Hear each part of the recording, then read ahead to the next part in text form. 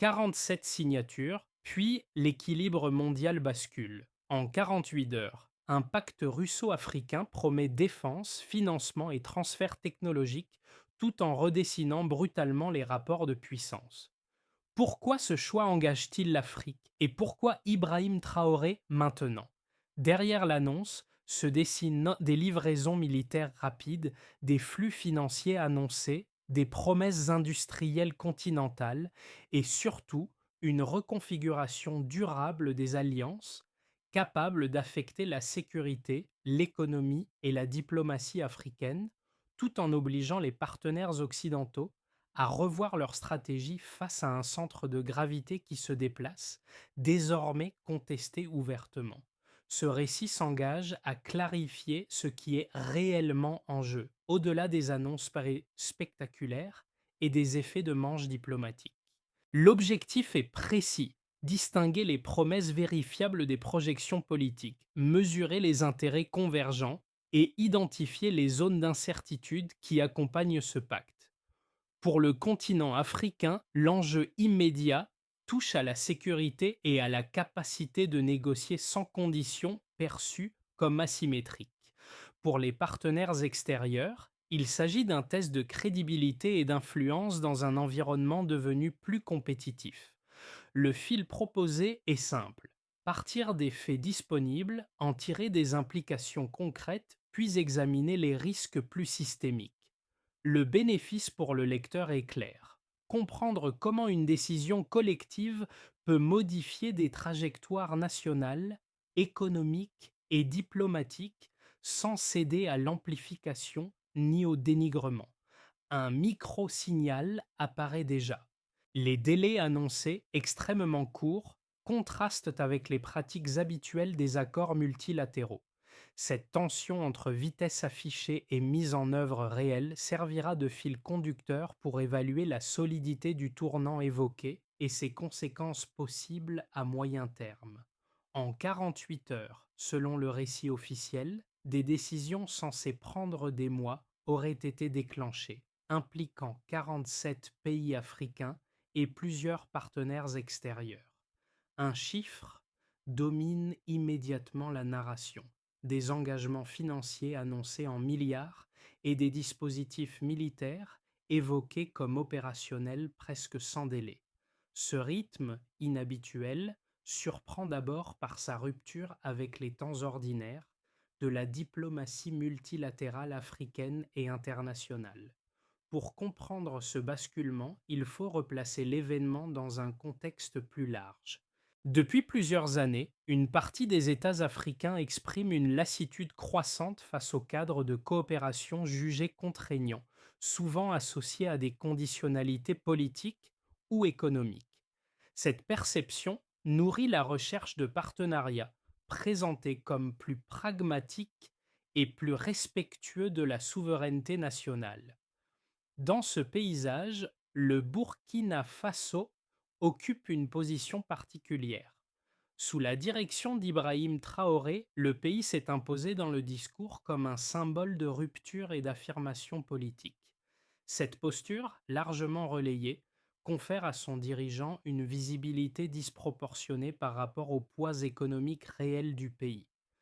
Le pacte évoqué s'inscrit ainsi dans une dynamique déjà en cours: diversification des alliances, mise en concurrence des partenaires internationaux et valorisation d'un discours d'autodétermination.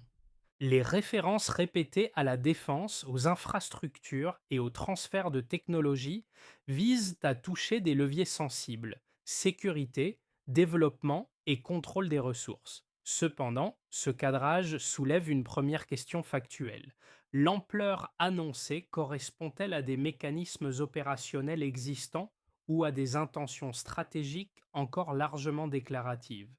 Cette interrogation structure la suite de l'analyse et permet d'évaluer, au-delà de l'effet d'annonce, la portée réelle du tournant mis en avant autour d'Ibrahim Traoré et de ses partenaires. Dans ce récit, Ibrahim Traoré sert de personnage guide non parce qu'il agirait seul, mais parce qu'il concentre symboliquement une orientation politique partagée par plusieurs capitales. Son rôle, tel qu'il est présenté, consiste à incarner une parole directe, souvent martiale, qui oppose souveraineté nationale et dépendance héritée. Cette personnalisation facilite la narration et rend lisible une dynamique autrement diffuse. Les premiers impacts évoqués apparaissent surtout dans le registre sécuritaire. L'annonce de coopération militaire renforcée et de livraison rapide est utilisée comme preuve immédiate de crédibilité. Dans plusieurs pays, ce type de signal est interprété comme un changement de posture, passer d'une sécurité sous assistance à une sécurité sous partenariat. L'effet est avant tout politique, car il nourrit un sentiment de reprise de contrôle, même avant toute transformation matérielle mesurable. Un second impact précoce concerne la perception régionale. Le positionnement assumé du Burkina Faso sous la figure d'Ibrahim Traoré influence le discours d'autres gouvernements confrontés à des défis similaires. Sans imitation formelle, un langage commun émerge axé sur l'autonomie décisionnelle et la diversification des alliances. Cette convergence reste toutefois déclarative et dépendra de la capacité des États à transformer l'intention en coordination réelle. À ce stade, l'enjeu principal n'est donc pas encore l'efficacité concrète, mais l'effet d'entraînement politique. La question centrale devient alors simple et décisive. Ce symbole initial peut-il produire des résultats durables au-delà de l'adhésion verbale? Avant la signature, le contexte était celui d'une accumulation de frustrations et de repositionnement progressif. Plusieurs États africains exprimaient déjà leur volonté de diversifier leurs partenariats sans pour autant rompre frontalement avec les cadres existants. Les discussions restaient dispersées, souvent bilatérales, et s'inscrivaient dans des calendriers longs. La situation change lorsque l'annonce d'un pacte global est rendue publique, avec une date précise et une liste élargie de pays signataires, créant un effet de seuil immédiatement perceptible. L'activation se produit au moment où l'accord est présenté comme opérationnel plutôt que programmatique. Les termes employés insistent sur des engagements militaires concrets, des financements dédiés et des transferts technologiques rapides. Cette mise en scène de l'immédiateté sert à rompre avec l'image d'accords africains souvent perçus comme lents à se matérialiser. Dans ce cadre, la présence médiatique d'Ibrahim Traoré renforce la narration d'une décision assumée, sans phase d'attente ni ambiguïté stratégique. Le récit atteint ensuite son moment le plus intense avec la succession d'annonces chiffrées et d'actions décrites comme quasi simultanées. Des livraisons d'équipements militaires sont évoquées, tout comme des flux financiers présentés comme déjà engagés. La chronologie compressée, parfois exprimée en heures ou en jours, vise à démontrer que le pacte ne relève pas d'une promesse lointaine, mais d'un basculement immédiat. Cette séquence est centrale, car elle soutient l'idée que l'Afrique, collectivement, serait passée d'une position de négociation fragmentée à une posture coordonnée. Cependant, derrière cette montée en intensité apparaissent les premières zones de friction. Les mécanismes institutionnels capables d'absorber et de redistribuer ces engagements restent peu détaillés. La coordination entre 47 États aux priorités sécuritaires et économiques différentes pose une question logistique évidente. À ce stade, le récit privilégie l'effet de masse et la vitesse, laissant en arrière-plan les modalités d'exécution et de gouvernance. Les répliques commencent alors à se faire sentir sur le plan international. Les partenaires occidentaux, confrontés à une annonce collective et à un discours de souveraineté affirmé, sont placés dans une position réactive. Les prises de parole deviennent plus prudentes, parfois plus critiques, signalant une recomposition du dialogue plutôt qu'une rupture immédiate. Cette phase marque le passage d'un événement africain à un sujet de débat géopolitique global. Dans cette dynamique, Ibrahim Traoré reste une figure récurrente non comme unique décideur, mais comme point d'ancrage symbolique. Son image est mobilisée pour illustrer la cohérence et la fermeté du processus, même si la réalité repose sur une pluralité d'acteurs et d'intérêts. La séquence se conclut donc sur une tension claire entre l'élan politique créé par l'annonce et la capacité réelle à maintenir cette intensité dans le temps. C'est précisément cette tension qui déterminera si la chronologie fulgurante observée ici débouche sur un changement structurel ou sur un simple pic narratif. L'argumentation s'appuie désormais sur des éléments quantifiables présentés comme des preuves de rupture. Le premier repère est financier. Le récit évoque des transferts annoncés en milliards destinés à soutenir des programmes continentaux et à renforcer des institutions communes. Le contraste mis en avant est clair. Auparavant, les financements multilatéraux étaient conditionnés, fragmentés et étalés dans le temps.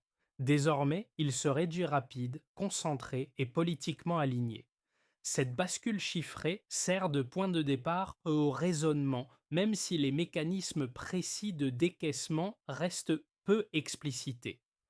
Un second indicateur concerne le domaine militaire. Des équipements de défense avancés sont mentionnés comme livrés ou en cours de livraison vers plusieurs capitales africaines. Ici, la comparaison implicite est temporelle, là où des coopérations antérieures nécessitaient des années de négociation, la nouvelle configuration promet une réduction drastique des délais. L'effet recherché est double. D'une part, démontrer une capacité d'action immédiate. D'autre part, signaler un changement d'équilibre sécuritaire perçu, indépendamment du volume réel ou de l'intégration opérationnelle de ces systèmes. Le troisième repère chiffré touche à l'échelle humaine et organisationnelle.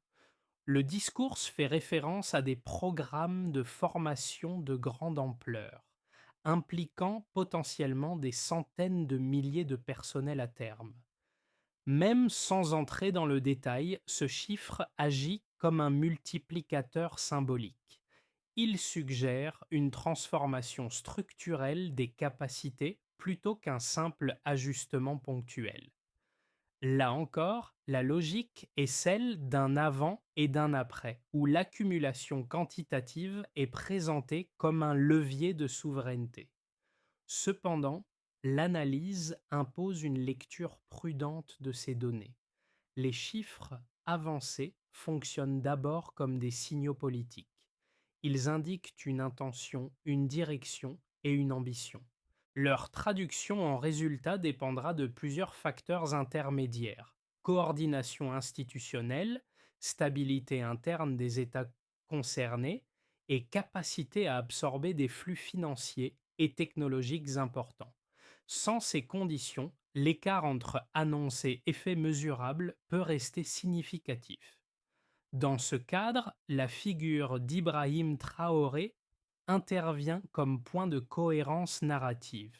Son discours met systématiquement en relation les volumes annoncés et l'objectif d'autodétermination.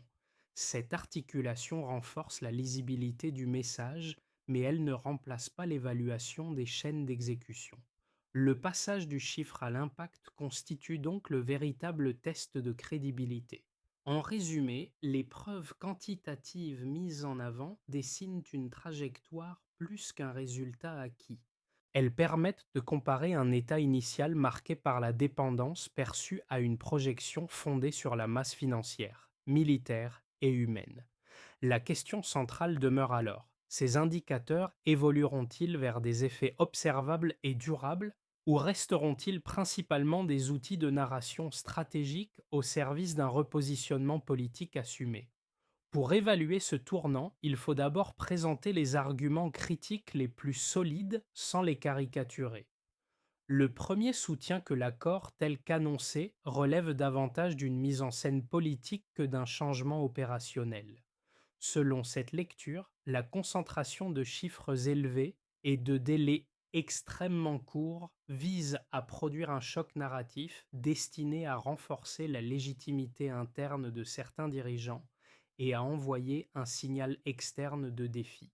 Dans ce cadre, l'absence de détails institutionnels précis serait révélatrice d'un écart entre l'annonce et la capacité réelle de mise en œuvre. Un second argument insiste sur le risque de dépendance déplacée. Là où le discours officiel parle de souveraineté retrouvée, les sceptiques voient la possibilité d'un simple basculement d'influence, passant d'un ensemble de partenaires occidentaux à un nombre plus restreint d'acteurs dominants. Les engagements financiers et militaires, même présentés comme respectueux de l'autonomie africaine, pourraient créer à moyen terme de nouvelles obligations politiques ou économiques difficiles à renégocier. Cette critique souligne que la diversification des alliances ne garantit pas automatiquement l'équilibre. Face à ces deux arguments, la réponse avancée par les promoteurs du pacte repose sur des éléments concrets de contexte. D'abord, la pluralité des États impliqués est mise en avant comme un garde-fou. La coordination entre plusieurs dizaines de pays, aux intérêts parfois divergents, limiterait la captation de l'ensemble du processus par un seul partenaire extérieur. Ensuite, la mise en concurrence assumée des puissances internationales est présentée comme un levier stratégique. En multipliant les options, les États africains chercheraient à accroître leur marge de négociation, plutôt qu'à s'enfermer dans un nouvel alignement exclusif. Cette réponse s'appuie également sur un argument temporel. Les défenseurs du pacte affirment que l'urgence sécuritaire et économique justifie des formats accélérés, quitte à préciser les mécanismes en cours de route. Dans cette perspective, le risque ne serait pas l'excès de vitesse, mais l'inaction prolongée face à des défis déjà identifiés. L'équilibre de cette confrontation intellectuelle reste instable. Les critiques rappellent que la cohérence institutionnelle se construit difficilement dans l'urgence. Les partisans rétorquent que le statu quo antérieur a montré ses limites. Ce dialogue révèle moins une opposition binaire qu'une tension structurelle entre prudence systémique et volonté de rupture. Tension qui façonnera l'évaluation future de ce choix stratégique. Ce qui change réellement la lecture du pacte n'est pas l'ampleur des annonces, mais leur fonction stratégique implicite. Le cœur du dispositif ne réside pas seulement dans la défense ou le financement, mais dans la création d'un cadre commun qui lie sécurité, économie et diplomatie sous une même narration de souveraineté. Cette articulation, rarement assumée aussi explicitement, modifie la façon dont les engagements sont perçus et utilisés par les États signataires. À ce point médian, un élément devient plus clair. Le pacte agit comme un mécanisme de synchronisation politique. En avançant ensemble, les pays concernés réduisent le coût individuel de la prise de position et transforment un choix national risqué en mouvement collectif. Cette logique explique la vitesse affichée et la mise en scène de l'immédiateté. Elle vise moins à produire des résultats instantanés qu'à verrouiller un nouvel équilibre de négociation. Dans ce schéma, Ibrahim Traoré n'est plus seulement une figure symbolique, mais un repère narratif. Sa présence récurrente permet d'incarner la cohérence du message et de maintenir l'attention sur l'objectif déclaré d'autodétermination. Le changement de césure est là. Le pacte ne se lit plus comme une somme d'accords techniques, mais comme une tentative de redéfinition des règles du jeu, où la coordination devient elle-même un instrument de pouvoir. Pour les États, la première conséquence se situe au niveau institutionnel. L'annonce d'un cadre collectif modifie la manière dont les gouvernements peuvent négocier avec leurs partenaires extérieurs. En se référant à une plateforme commune, ils cherchent à renforcer leur position dans les discussions sécuritaires, économiques et diplomatiques. Cette logique réduit l'isolement décisionnel et offre un argument de poids face aux pressions bilatérales. Dans ce contexte, la figure d'Ibrahim Traoré sert souvent de point d'appui rhétorique pour illustrer cette volonté de parler d'une voix plus affirmée. Du côté des entreprises, l'impact potentiel concerne l'environnement d'investissement.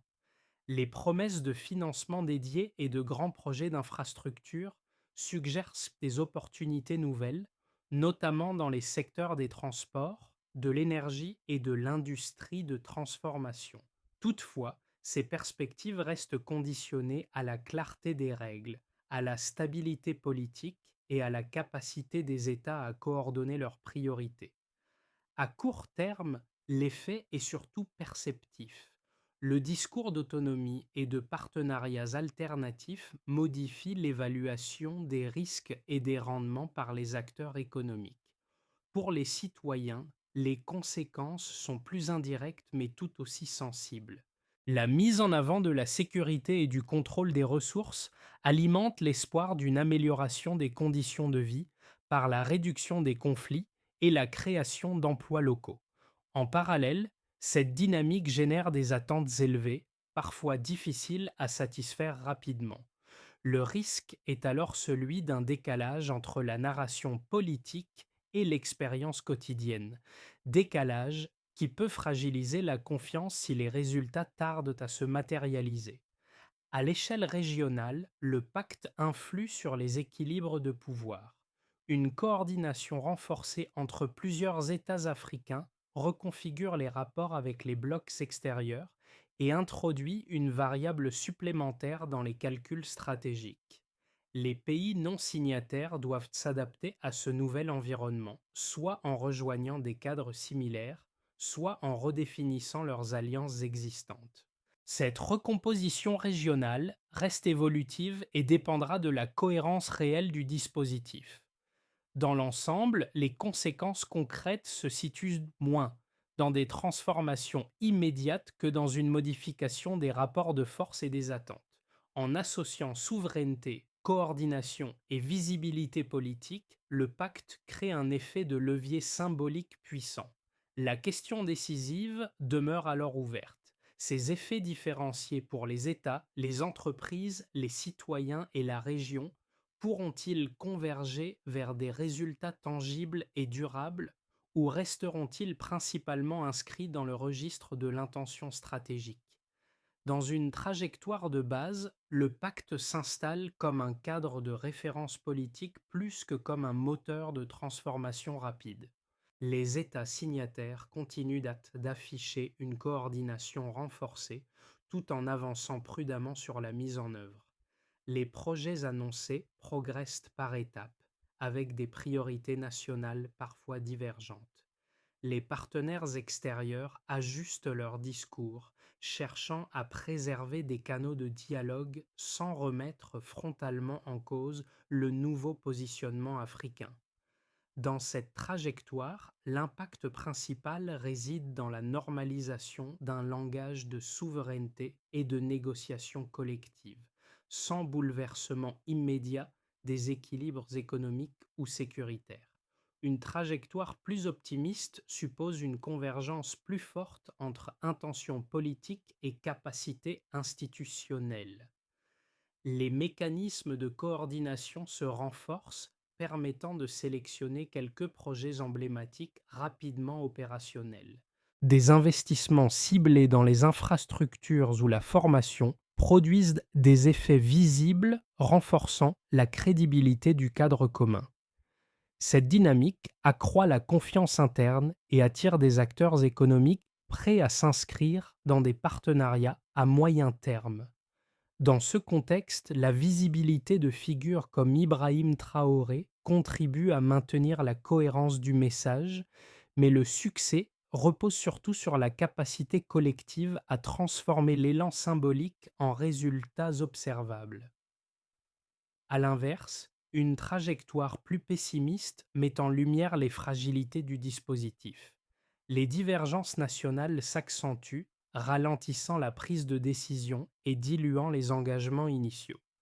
Les annonces chiffrées peinent à se traduire en actions concrètes, alimentant un sentiment de décalage entre promesses et réalité.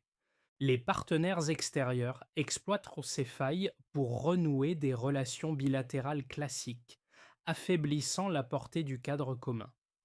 À l'intérieur des pays concernés, les attentes élevées génèrent sur frustration et critiques, fragilisant la légitimité du discours de rupture.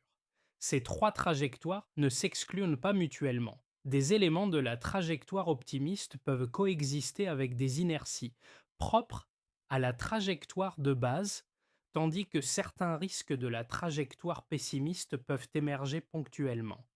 L'enjeu central sur les 6 à 12 prochains mois sera la capacité à hiérarchiser les priorités et à accepter des avancées graduelles plutôt qu'un basculement total immédiat. La recommandation de lecture reste donc conditionnelle. Si les annonces qu'Edgar se traduisent par des mécanismes clairs, alors le pacte peut devenir un levier durable. Si elle reste principalement déclarative, il risque de s'éroder sous le poids de ses propres attentes. La clé réside moins dans la vitesse que dans la cohérence entre discours, coordination et exécution. Pour les décideurs publics, cette séquence soulève une question très concrète. Comment transformer un cadre collectif ambitieux en politique applicable au niveau national? L'enjeu n'est pas seulement diplomatique mais administratif. Il s'agit de traduire des orientations générales en programmes compatibles avec des réalités budgétaires, institutionnelles et sociales différentes. Cette contrainte explique pourquoi certains États avancent plus vite que d'autres malgré un discours commun. Pour les acteurs économiques et sociaux, la situation appelle une lecture plus prudente. Les annonces créent des attentes fortes, parfois perçues comme des opportunités immédiates. Pourtant, l'expérience montre que les bénéfices concrets dépendent de la stabilité, de la transparence et de la continuité des choix politiques. Les entreprises locales, en particulier, doivent arbitrer entre l'espoir d'un environnement plus favorable et le risque d'un cadre encore mouvant. Pour le citoyen, enfin, l'impact se joue à un niveau plus quotidien. Les notions de souveraineté, de sécurité et de développement prennent sens lorsqu'elles se traduisent par des services publics plus fiables, une réduction des tensions et des perspectives d'emploi. À défaut, elles restent abstraites. C'est ici que le discours porté par des figures comme Ibrahim Traoré rencontre sa limite. Il doit être relayé par des améliorations perceptibles pour conserver sa crédibilité. Deux pistes de lecture s'imposent alors. La première consiste à observer les signaux faibles, comme la priorisation de projets précis ou l'évolution des coopérations régionales. La seconde invite à comparer les discours et les délais réels de mise en œuvre.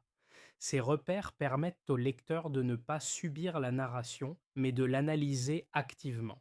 La traduction du pacte en résultats mesurables passe par une feuille de route structurée articulée autour de quelques étapes clés.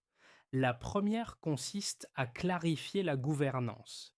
Qui décide, à quel niveau et selon quels critères? Sans une architecture institutionnelle lisible, les engagements collectifs risquent de se fragmenter en initiatives parallèles, affaiblissant la cohérence recherchée. Cette étape implique des mécanismes de coordination régionale capables d'arbitrer entre priorités nationales. La deuxième étape concerne la hiérarchisation des projets. Plutôt que de disperser les efforts, les États doivent sélectionner un nombre limité d'actions à forte visibilité et à impact rapide, notamment dans la sécurité, les infrastructures ou la formation. Ces projets pilotes servent de test grandeur nature. Leur réussite conditionne la crédibilité du cadre commun et sa capacité à attirer des soutiens durables. La troisième étape touche au financement et au suivi. Les montants annoncés doivent être associés à des calendriers, des indicateurs et des responsabilités clairement définies. Sans instrument de mesure partagé, L'écart entre promesse et exécution restera difficile à évaluer. C'est ici que la transparence devient un facteur stratégique autant que technique. Une quatrième étape porte sur la communication interne. Les attentes citoyennes doivent être alignées avec des objectifs réalistes. Un discours trop triomphaliste accroît le risque de déception. À l'inverse, une communication graduelle permet d'ancrer les avancées dans le temps long. Dans cette séquence, Ibrahim Traoré apparaît comme un relais politique, chargé de maintenir la pression symbolique autour de l'autodétermination, tout en acceptant la complexité de l'exécution. La réussite dépendra de cette articulation entre ambition affichée et discipline opérationnelle. Si ces étapes sont respectées, le pacte peut évoluer d'un signal politique fort vers un instrument structurant. Dans le cas contraire, il restera principalement un marqueur de positionnement stratégique. Le récit revient alors au point de départ humain évoqué plus tôt. Cette figure incarnée, utilisée comme boussole symbolique pour orienter une dynamique collective. Ibrahim Traoré, présenté dès les premières étapes comme un personnage guide, n'est pas seulement un dirigeant parmi d'autres. Il devient un miroir dans lequel se projettent des attentes, des colères anciennes et des espoirs de rupture. Ce rôle narratif explique sa centralité, mais aussi la fragilité de l'édifice qui s'appuie sur lui. Car derrière la posture et les déclarations, la réalité reste composite. Les États avancent à des rythmes différents. Les institutions absorbent lentement le choc de l'annonce. Les citoyens, eux, observent. Ils comparent les mots aux gestes, les promesses aux premiers effets tangibles. C'est dans cet écart, parfois silencieux, que se joue l'issue réelle du tournant annoncé. Le pacte n'est donc ni une fin, ni une garantie. Il est un moment charnière, chargé d'une valeur symbolique forte, mais encore dépendant de choix quotidiens, moins visibles, plus techniques.